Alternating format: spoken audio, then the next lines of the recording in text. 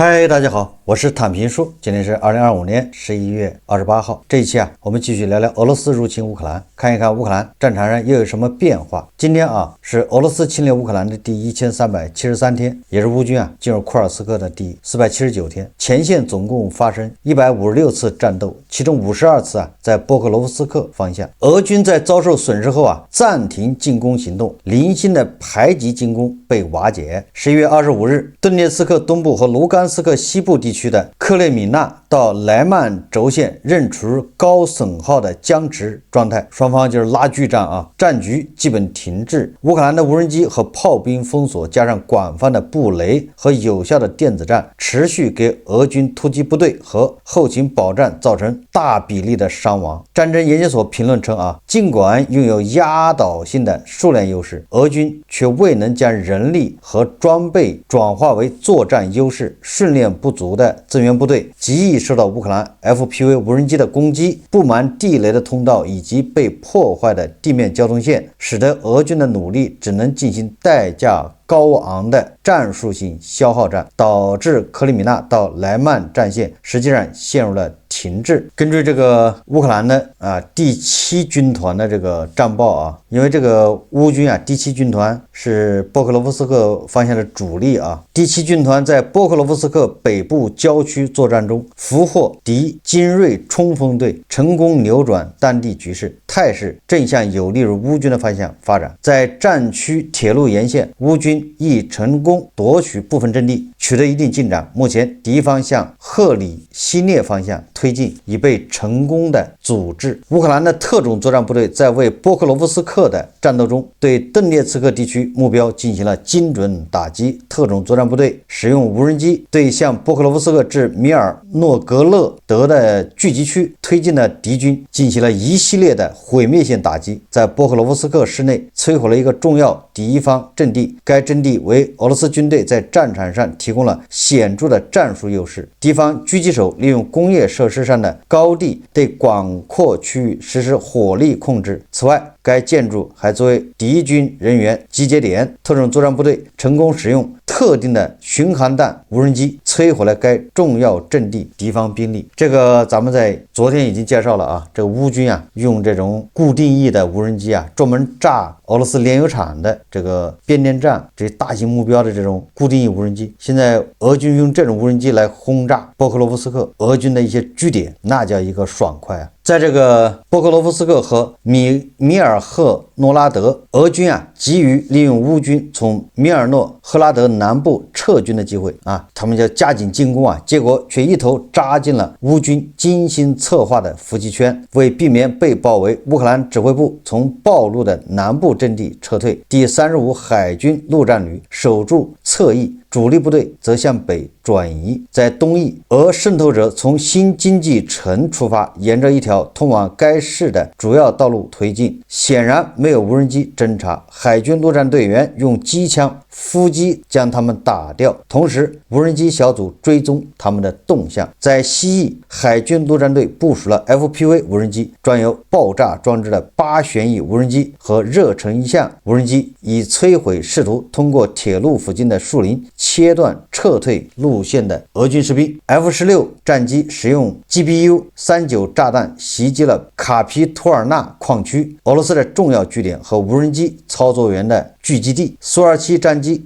则向一栋建筑投掷了 JDAM 炸弹，当时俄军士兵正在该建筑物内准备孤立几个乌军。你看这乌军动不动就呼叫 F-16， 呼叫米格29前来支援。俄方面最初声称他们切断了乌克兰军队的撤退路线，数小时后，周一消息来源宣布他们已占领米尔诺赫拉德南部地区。这一说法与他们之前说法相矛盾，并证实了撤军行动的成功。乌军目前控制了米尔诺赫拉德北部，并继续增援波克罗夫斯克北部。这个乌军使用乌克兰制造的雪豹无人机和海王星 Plus 巡航导弹，于周二晚间成功袭击了位于俄罗斯罗斯托夫州塔甘罗格别里耶夫坦克飞机修理厂和闪电无人机生产厂。这个咱们昨天节目也详细介绍了乌克兰武装部队总参谋部报告称位于新罗西斯克的谢斯哈里斯油库和位于俄罗斯克拉斯诺诺达尔边疆区的叫图阿普谢炼油厂也遭到了袭击。为削弱俄罗斯侵略者的军事、经济和进攻潜力，11月25日夜间，导弹部队和炮兵部队联合特种作战部队、海军岸基导弹部队以及无人机部队，使用雪豹无人机和海湾星巡航导弹，成功打击了俄罗斯侵略者的多个战略目标。据报道，在对别里耶夫飞机修理厂的袭击中，一架 A-60试验型飞机可能被击中。这家企业还负责 A-50预警机和俄罗斯图95战略轰炸机的维修和现代化改造。昨天晚上俄罗斯一个非常关键的炼油厂再次遭遇袭击。夜间，乌克兰无人机袭击了新古比雪夫斯克炼油厂，这是2个月内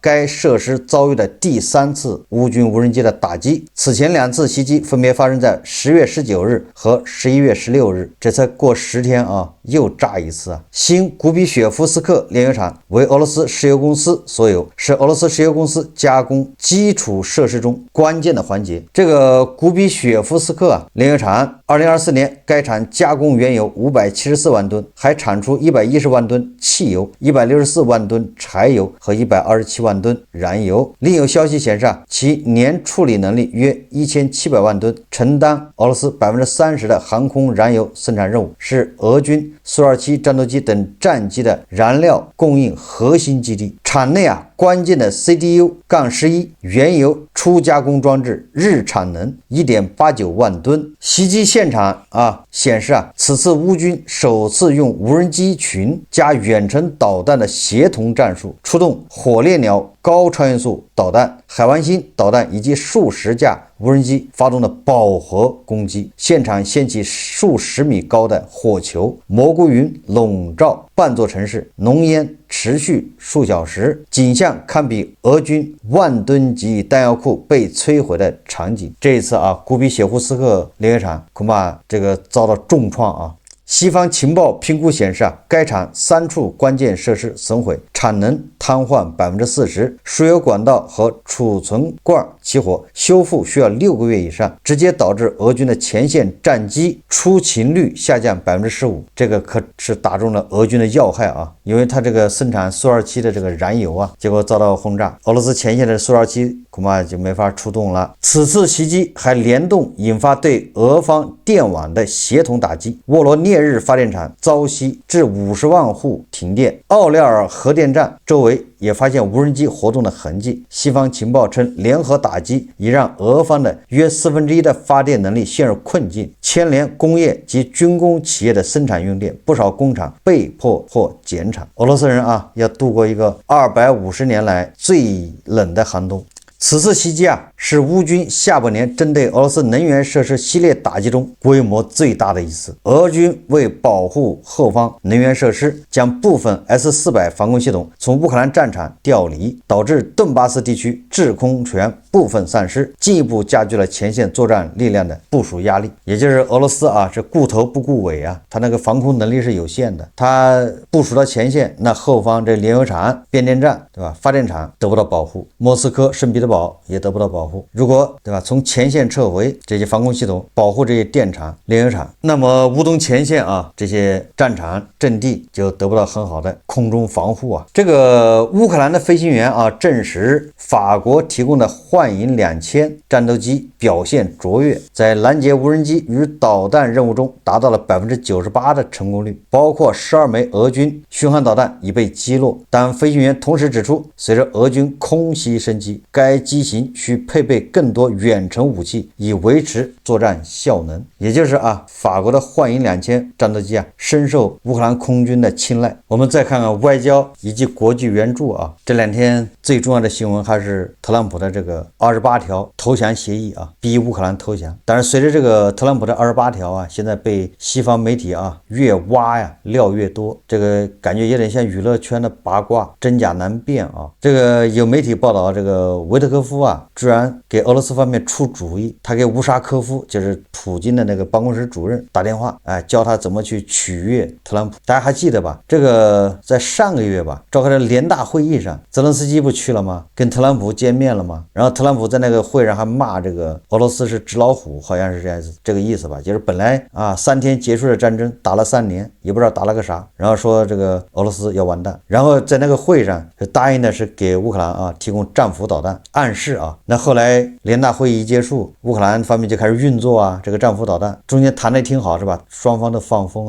要援助乌克兰战斧导弹，结果10月应该是10几号，也就是泽连斯基要飞赴这个美国到白宫对吧见特朗普的时候，之前据说是就是美西方的媒体报道是这个特朗普的特使维特科夫给普京的办公室主任乌沙科夫打了电话，把这个泽连斯基的行程以及这一次泽连斯基来，特朗普很有可能批准这个援助乌克兰战斧导弹，告诉了乌沙科夫。然后这个乌沙科夫立马就汇报给普京，然后普京就给特朗普打了电话，然后特朗普马上就变卦了，大家还有印象吧？据说普京说如果援助乌克兰战斧导弹，将会极大的影响损害俄美关系。特朗普这么一听之后，马上第二天这个泽连斯基一到，他就开始对乌克兰发难，不仅不给战斧导弹，反而把这个泽连斯基骂一顿。这个我想这个来龙去脉，大家至于这个媒体爆料的这具体的原因是不是这个不知道，但是表象对吧，咱们都是知道的，一会儿给战斧，一会儿不给，这是特朗普的这个惯用把戏说他战斧导弹美国的库存不够，找了这么一个蹩脚的理由。那现在被美西方媒体给他扒的干干净净，所以这个美国的这个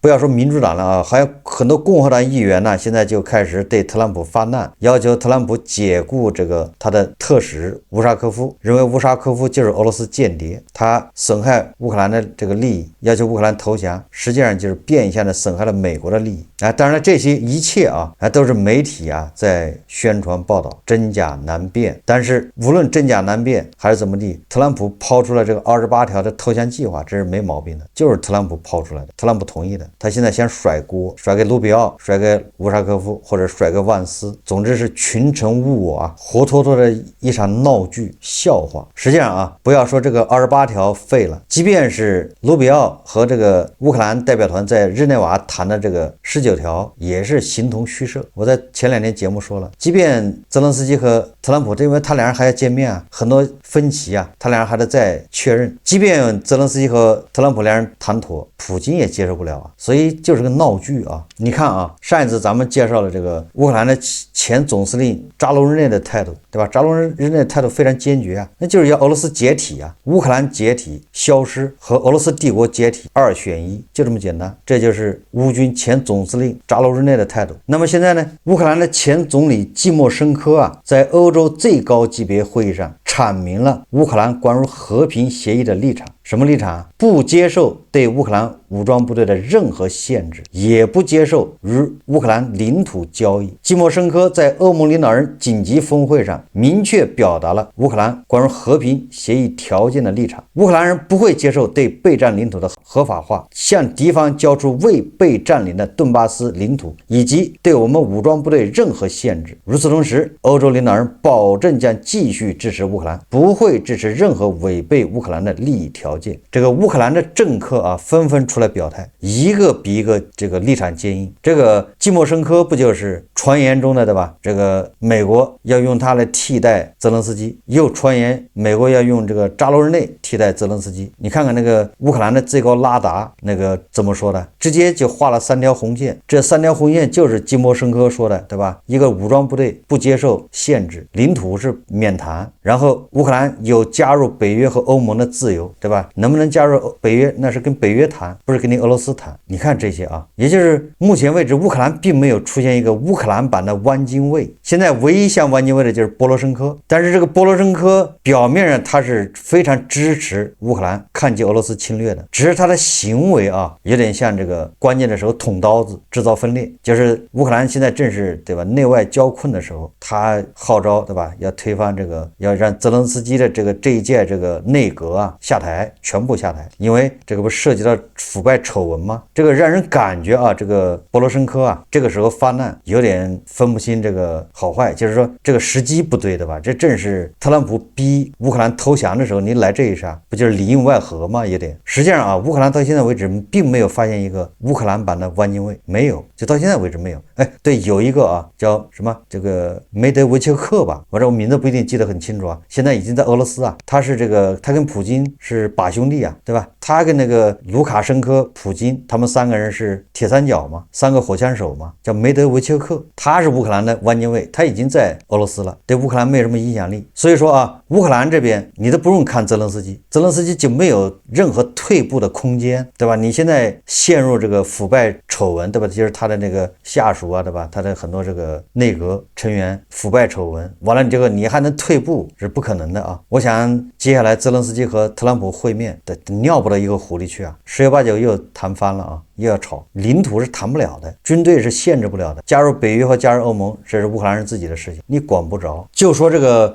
媒体传的比较多的19条啊，因为这19条具体条款大家也不清楚，我们就举一个例子啊，你就知道这个所谓的19条，恐怕到时候也是谈不成的，也就是泽连斯基做做样子啊，他不想直接得罪特朗普。当地时间11月27号，这可是央视报道的啊，咱这不是捏造啊。黄俄如果在听的话，你要搞清楚，这是央视报道的啊。这黄俄有的时候一说乌克兰好处啊，乌克兰优势，妈黄俄就有点这个吃不消啊，如丧考妣啊。央视新闻，当地时间11月27号，乌克兰驻美国大使斯特凡尼希纳证实，经日内瓦谈判后，特朗普政府此前提出的结束俄乌冲突的28点新计划中关于全面赦免的条款已删除。乌克兰代表团成功推动删除了这一条款。斯特凡尼希纳在接受采访时表示因涉及司法公正问题，该条款极具争议。目前精简后的19点计划不包括该条款。什么意思呢？我给翻译一下啊。特朗普搞了个28条是要乌克兰投降，你还能追究俄罗斯的这个什么战争犯吗？审判他吗？所以说搞了个全面赦免，你不能再审判这个俄罗斯的这些什么普京啊、绍伊古啊、格拉西莫夫啊、拉夫罗夫啊，不能干这事。但是啊，就这一条，乌克兰据理力争给他删掉了，什么意思啊？那合着乌克兰还要审判这个普京啊？那你这和谈不是扯淡吗？普京怎么可能签字呢？怎么可能同意啊？或者啊，和谈了你还审判我？那普京要签这个字，那他有什么脸面对吧？做黄俄的俄爹呢？何德何能呢？那黄俄都看不起他，你前面签了和平协议，签了字，后面送到海牙法庭去审判，开什么玩笑啊？所以你看这个协议对吧？就是照崩里谈呢，就没有想着是真要停火。当然这些黄俄不一定能看得懂啊。这个北约的秘书长，你看自从特朗普上台以后啊，这北约的秘书长这是一个怂蛋一个，是吧？都叫特朗普叫爸爸嘛。叫美国爸爸对吧？这么怂的人，这时候突然硬起来了啊！他也可能是潜伏的吧，是伪装。这个时候关键时候硬起来了啊！吕特说啊，俄罗斯对乌克兰加入北约没有否决权，他拒绝了莫斯科和华盛顿提出的和平协议方案，该方案将阻止乌克兰加入北约。吕特说啊，俄罗斯在北约成员国资格问题上没有投票权，也没有否决权。墙倒众人推，特朗普这个28条啊，遭到了这个美国国内国外党内党外一致反对，丢人现眼，唯独让黄俄高兴了一下，黄俄觉得俄爹得救了。我们看看啊，这个欧洲的这个外长卡拉斯他是怎么说的啊？大家看视频。Good afternoon, everybody. We just met with the foreign ministers in the video format to discuss latest developments in ending Russia's war. Foreign Minister Sybiha also joined us online to brief from the situation or regarding the situation from Ukrainian side. It is important that we continue to support Ukraine and pressure Russia. That is what we are working on. Everyone welcomes United States push for peace. We all want this war to end, but how it ends also matters. We must keep in mind that there is one aggressor and one victim. An immediate and unconditional ceasefire must be the first step to ending the war, but right now we see zero indication that Russia is ready for a ceasefire. Russia is not winding down its military machine, but ramping it up. We still need to get from a situation where Russia pretends to negotiate to a situation where they need to negotiate. We are getting there. Russia's summer offensive failed. US and EU sanctions are having a huge impact on Russian economy. Energy revenues, economy equally are shrinking. Russia is losing cash and troops. And to increase the chances for peace, we need to increase also the pressure on Russia. The notion that Ukraine is losing is also flat out false. If Russia could conquer Ukraine militarily, it would have already done so by now.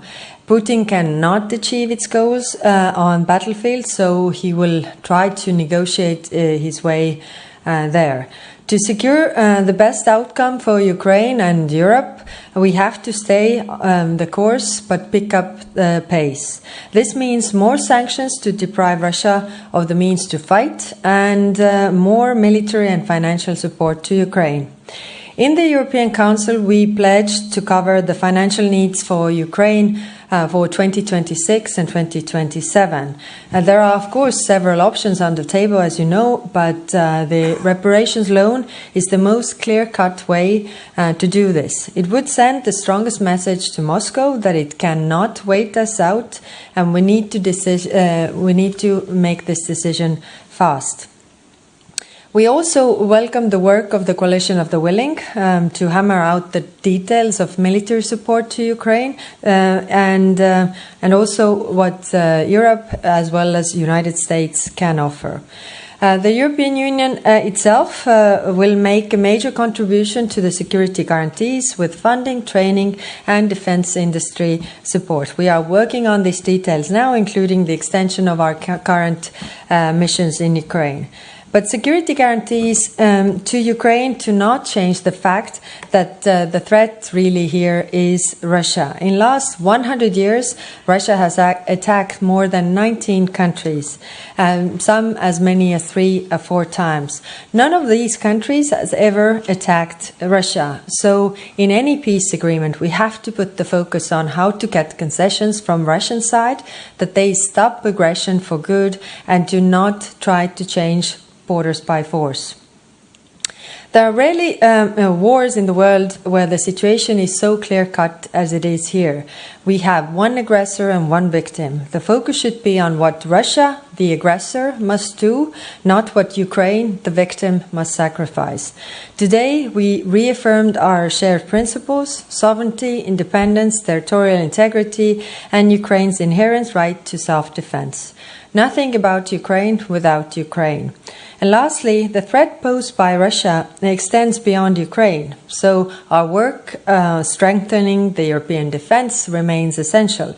That is also why decisions concerning the EU and NATO can be made only by the members of European Union and NATO and nobody else. All this work is ultimately about ensuring that Russia never attacks again.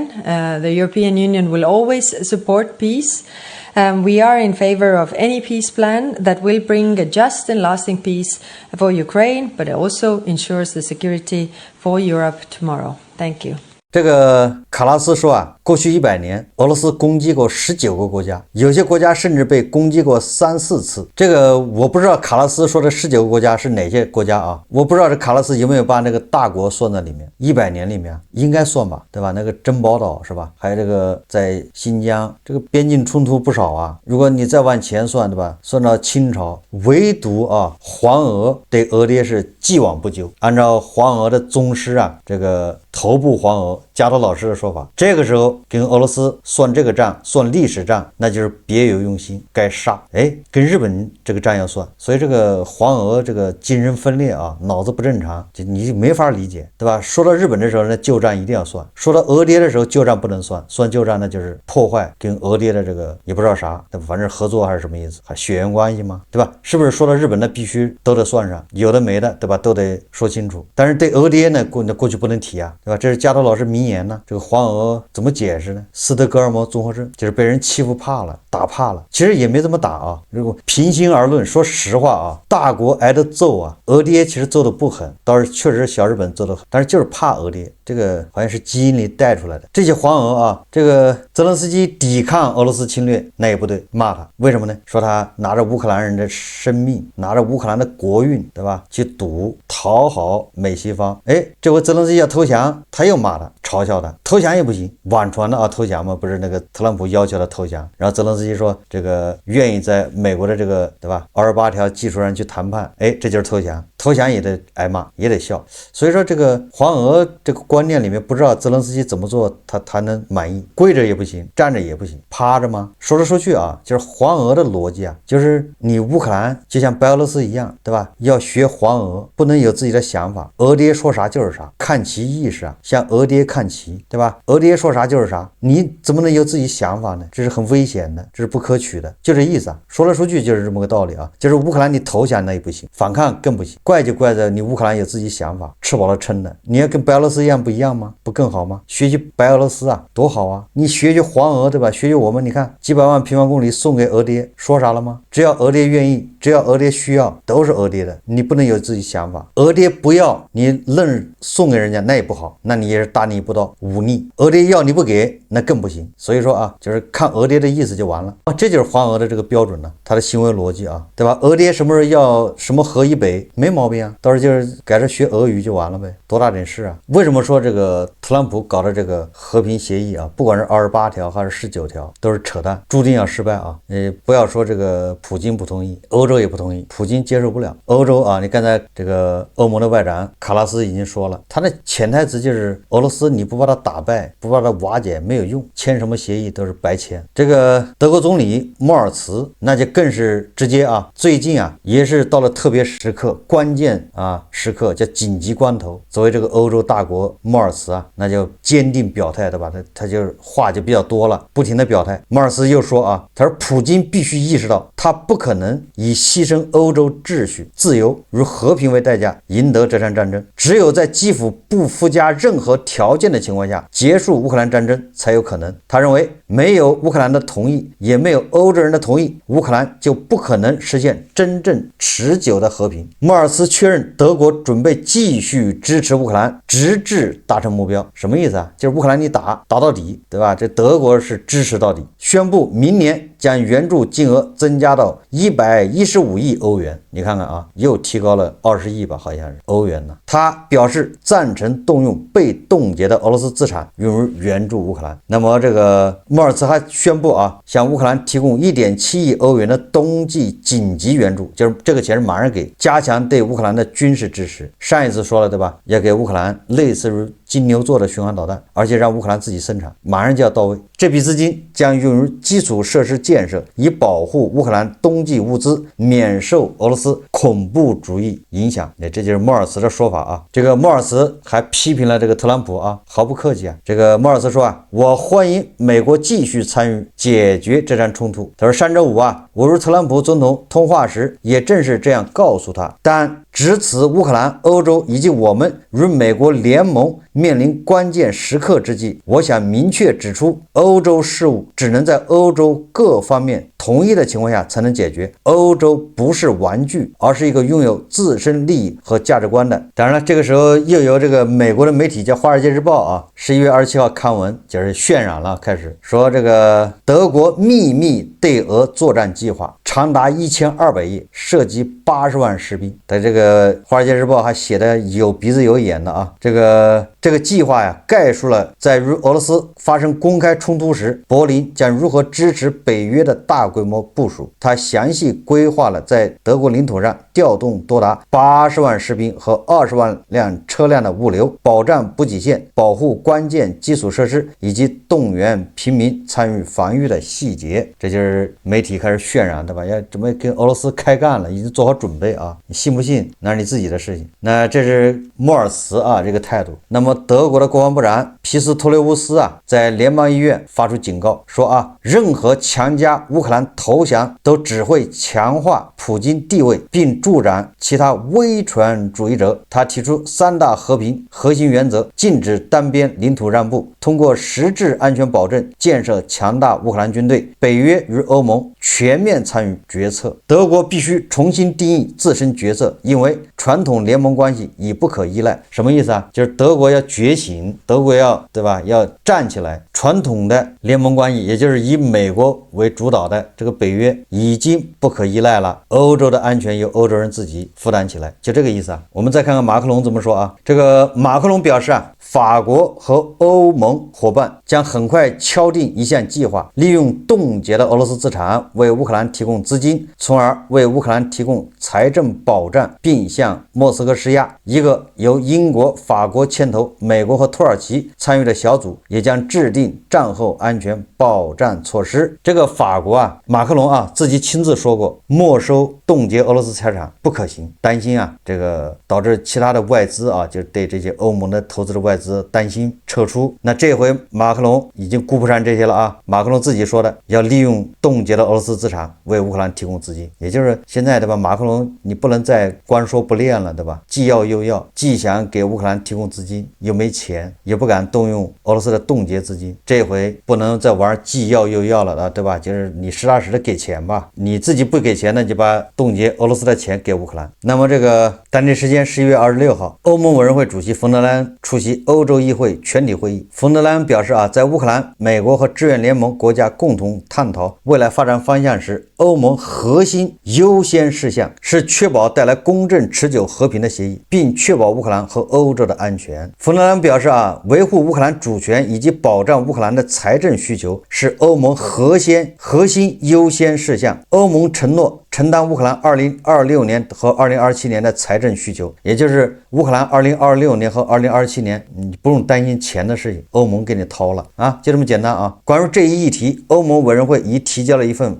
方案文件，其中包括一项关于冻结俄罗斯资产的方案。下一步，欧盟委员会将准备提交法律文本。他同时强调，任何相关决定都必须符合有关司法管辖区的规则。冯德莱恩还说啊，无论未来的和平协议如何设计，就是你怎么谈和平协议，你都绕不开欧盟和北约。为什么呢？因为大部分执行工作都取决于欧盟和北约伙伴，就是比如说解除对俄罗斯的制裁，俄罗斯要返回欧洲做生意，你哪个不需要欧盟同意啊？所以欧盟，你这个特朗普就瞎胡闹，你跟普京来谈的这些东西谈得高兴，你不带欧盟谈，那欧盟不搭理你，不是白谈吗？还要把俄罗斯拉回 G8， 那这德国、法国都反对啊，不是开玩笑吗？所以我说这个特朗普这个28条就是一场闹剧，丢人现眼，唯一的作用就是让黄俄高兴了2-3天，如获至宝啊，让这个胡锡进老师兴高采烈。好，这期节目咱们就聊到这里，感谢大家收看。如果喜欢我的节目，欢迎订阅转发，也可以在下方留言评论，谢谢大家。